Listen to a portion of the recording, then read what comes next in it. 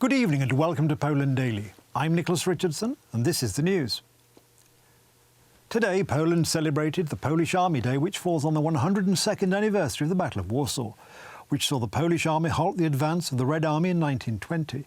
The main ceremonies were held in Marshal Józef Pilsudski Square in Warsaw, with the participation of President Andrzej Duda, Marshal of the Sejm Elżbieta Witek, Prime Minister Mateusz Morawiecki, ministers, parliamentarians and soldiers.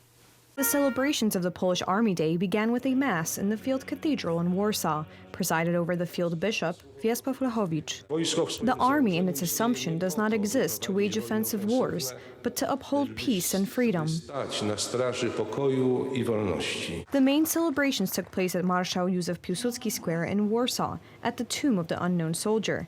They were attended, among others, by President Andrzej Duda, Prime Minister Mateusz Morawiecki, and Deputy Prime Minister and Minister of National Defense, Mariusz Błaszczak.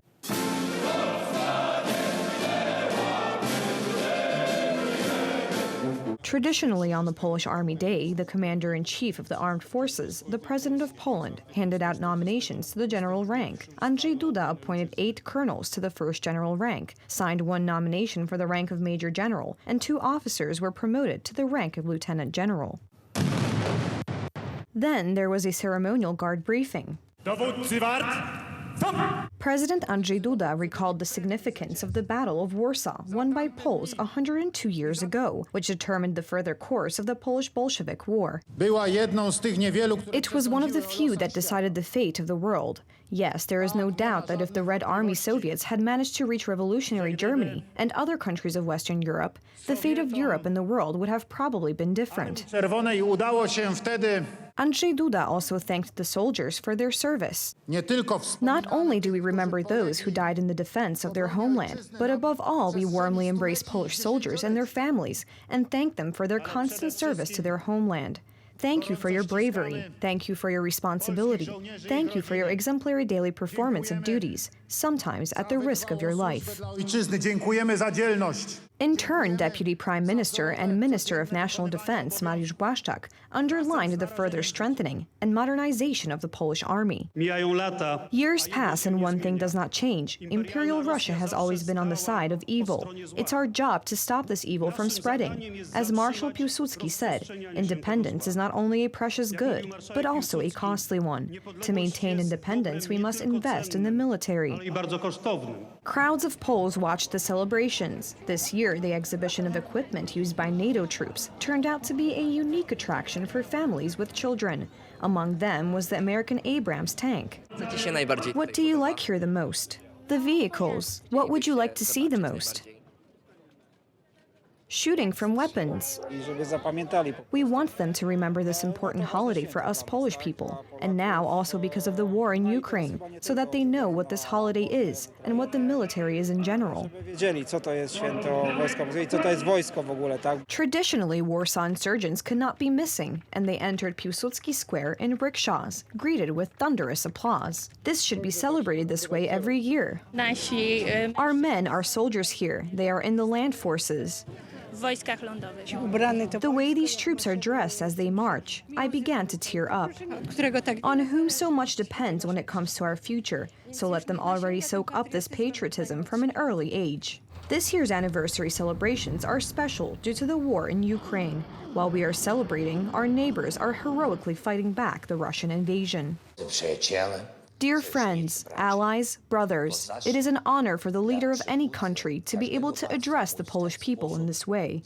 Thank you for your historic support. I sincerely congratulate you on the Day of the Polish Army, and from the bottom of my heart, I wish victory as soon as possible. Glory to Poland, glory to Ukraine. On August 12th till the 25th in 1920, the Polish army fought one of the largest and most important battles in the history of not only our country, but in the opinion of many historians, also in the history of Europe. A volunteer army was created, a recruitment program was created, and these troops played a relatively important role. After the successful Polish offensive to the east, resulting from the political deal with Ukraine's leader, Ataman Semen Petlura, the Russians launched a counterattack on the entire front line. On August 12th, they approached the outskirts of Warsaw. In the morning of August 16th, the Polish counteroffensive from the Wieprz River turned out to be of key importance. It caused panic in the ranks of the Russian army. One lesson is never to wring your hands and say that something is impossible to achieve. You must believe in the power of your own nation. In testimonies written down by Cardinal Kakowski, then Archbishop of Warsaw, he states that it was Bolshevik soldiers, captives in Wólka Radzymiska, who said that they saw the figure of the Mother of God above the battlefield. Today, the Polish ambassador in Kiev and Polish diplomats laid wreaths on the graves of Polish soldiers buried in and around the capital of Ukraine, resting in the cemetery in Bykownia. About 150,000 people were buried in mass graves, the victims of communism of various nationalities. Celebrations of the miracle on the Vistula are taking place all over Poland. Today in Pabianice, the clubs of Gazeta Polska organized a military picnic on the grounds of St. Maximilian Kolbe Parish. Jak cię ustrzec, moja ty, krucha, niepodległa.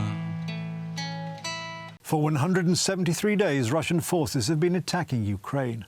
One person was killed and 4 were injured on Monday as a result of Russian shelling of a residential area of Kharkiv in the northeast of Ukraine. Anton Listopad, one of the leading Air Force pilots in the Ukrainian army, has died in the war with the Russian aggressor. The Ukrainian forces managed to fend off the attacks of Russian troops in Donbass, in the vicinity of Bakhmut, Avdiivka and Slovianska. The attacks intensified greatly. Violent shelling has taken place here over the last 3 nights. That is why some eventually decided to evacuate. It's just that some of the inhabitants of Bakhmut still believe that the war will not affect them.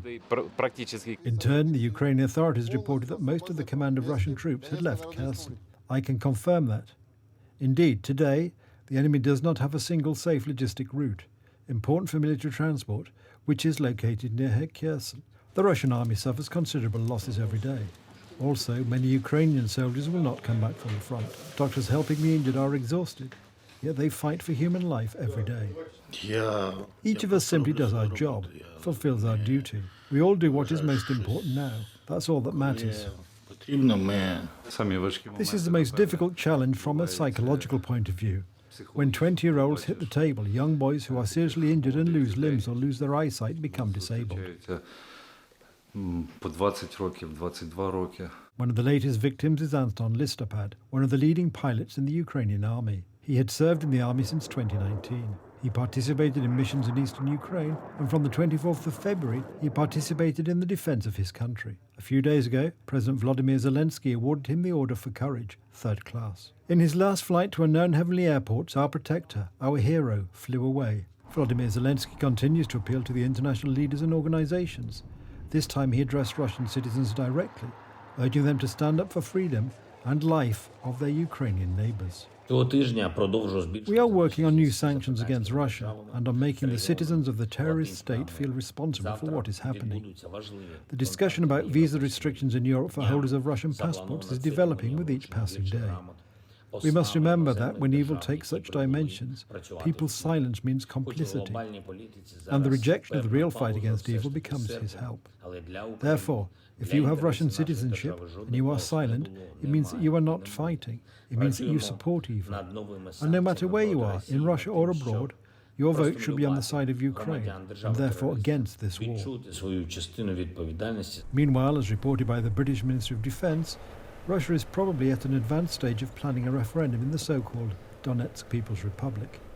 But it is not clear whether the decision to carry out it has already been made. Spain is currently struggling with the most severe drought in history. Fires are raging in various regions. The flames are fueled by strong winds and record high temperatures. On Saturday, a fire broke out in the province of Zaragoza in northeastern Spain, threatening homes and forcing at least 1,500 residents to evacuate. The fire was fueled by strong winds and, according to preliminary data, destroyed 8,000 hectares of forest within 24 hours. The fire in Valdebo, near Alicante, is still not under control after Saturday's lightning storm set off a fire that destroyed at least 3,500 hectares, forcing at least 1,500 residents to leave their homes. Another 70 houses had to be evacuated during the night. The National Guard was also deployed to the Mediterranean region region to support local firefighters. Spain is the European country most affected by this year's fires. Since the beginning of the year, 245,000 hectares of forests and meadows have been destroyed there. The total for the entire European Union is over 657,000 hectares. That's the news. Thank you for watching. Stay with us for the weather, Poland Daily Business and more programmes. But from me, it's have a good night and a better tomorrow.